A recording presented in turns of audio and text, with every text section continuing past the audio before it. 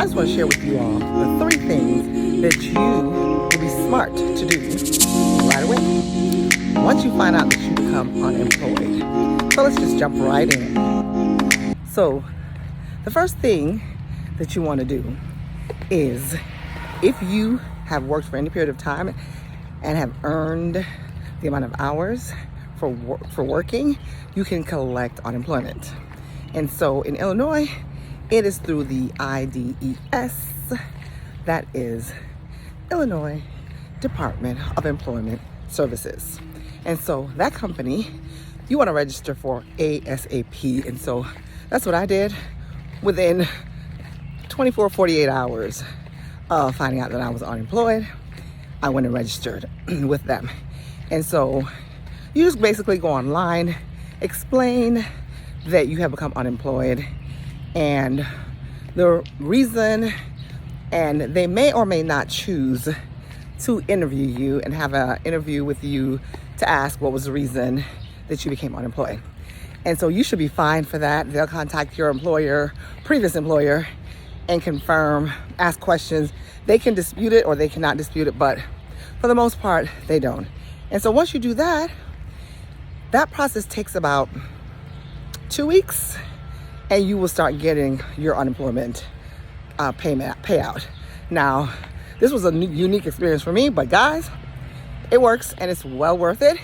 Your income will definitely not be what you were getting before unemployment, but it is significant enough to cover most of your expenses, or let's say 80% of what you were getting before, approximately, give or take.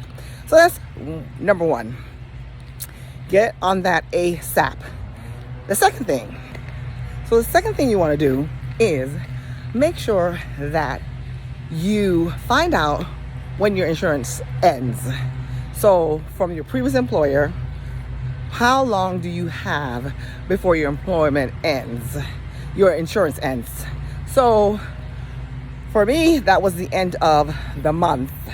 So what I could have done, and would have been smart for me to do, which is why I'm sharing with you all, is go ahead and start making as many doctor's appointments as possible.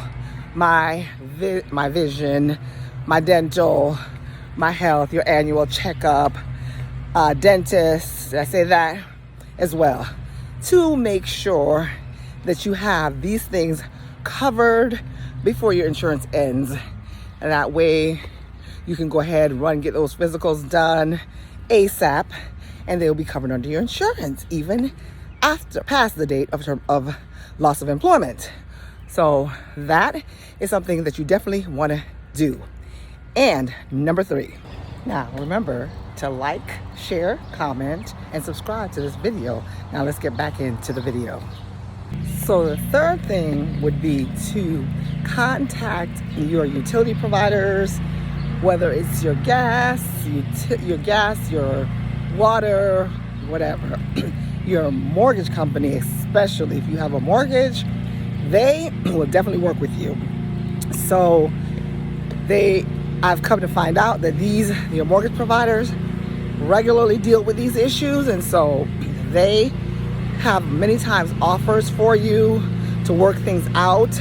They were able to offer me an opportunity to skip a month and then combine the skipped month, maybe it was 2 months, combine the 2 months into a payment plan, so that at the end of the 5 months coming up, that I would have caught up. So I'm just sharing with you all that there are options out there for you. Don't become overwhelmed by the change and the transition. Your providers, they're trying to work with you. They're trying to get paid, okay? They're trying to make sure that they don't have to take you to court or do anything crazy. So they are definitely willing to work with you. So definitely you want to make sure that you contact them, see what options they have. There are many. And these are the things that will help you stay out of debt. And I'm going to throw in a 4th one. Okay, and the 4th one is definitely take a look at your finances.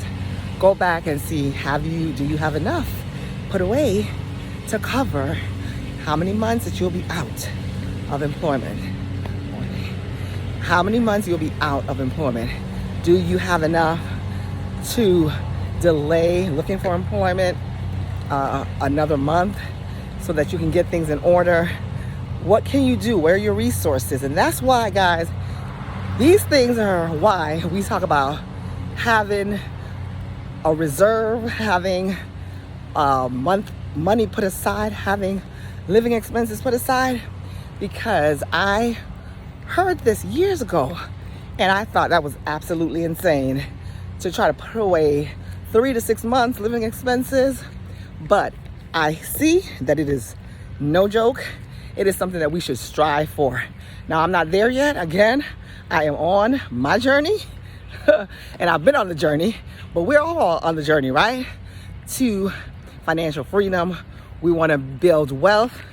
Even though it can be a slow process, it is definitely worth it. It's worth every effort.